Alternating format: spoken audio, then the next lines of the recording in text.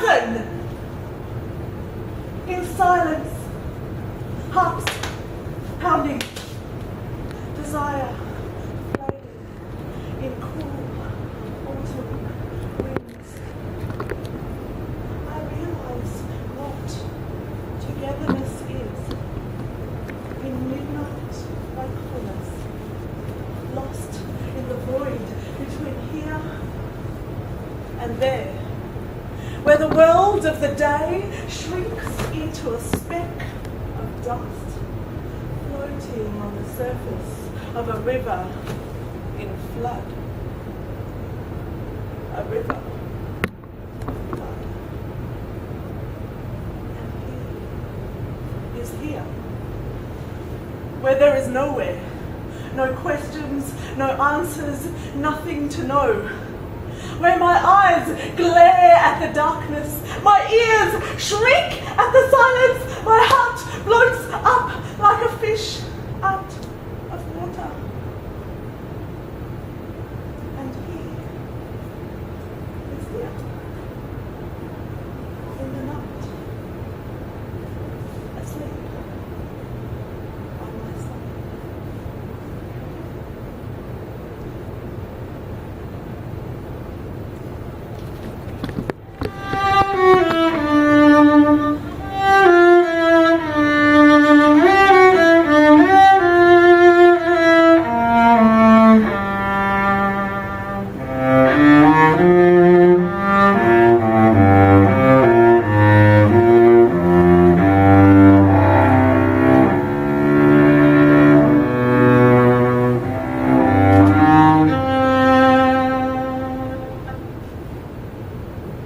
There was once a rich and handsome man.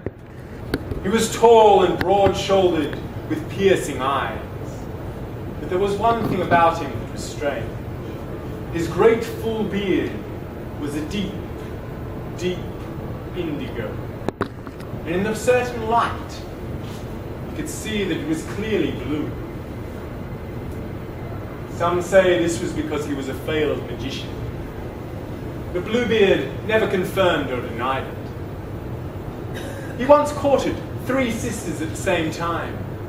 He arrived at their house leading 3 beautiful white horses and took them riding about the countryside and through the forest. For lunch, they stopped in a beautiful glade where there were wildflowers and the birds sang. And here he laid out a beautiful picnic for them. And while the girls sat on soft rugs, Bluebeard fed them dainty treats and had a fabulous time. At the end of the day, he took them home again and rode off to his castle in the forest. But as night grew, the 2 older sisters vowed never to see Bluebeard again, for their fears and suspicions had returned. The youngest sister thought, though, that if a man could be that charming, he couldn't be all bad.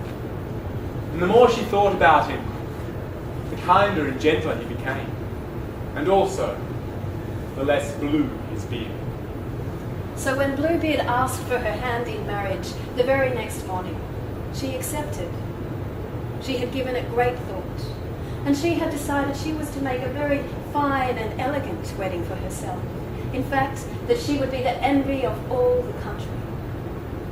So married they were, and as the church bells were still ringing, off they went in his carriage to their ancestral stone castle deep in the forest. And all was well for a while. Until one day, Bluebeard came to her and he said, "Wife, I am called away on business. I must leave this very evening. You may do as you wish while I am gone. Call your sisters to come and stay with you. Order my cooks to set you a feast every night. Go riding in the forest. In fact, here are my keys. You may explore my castle, throw open the doorway to every room, build towers of gold, play catch with my jewels. You may use every key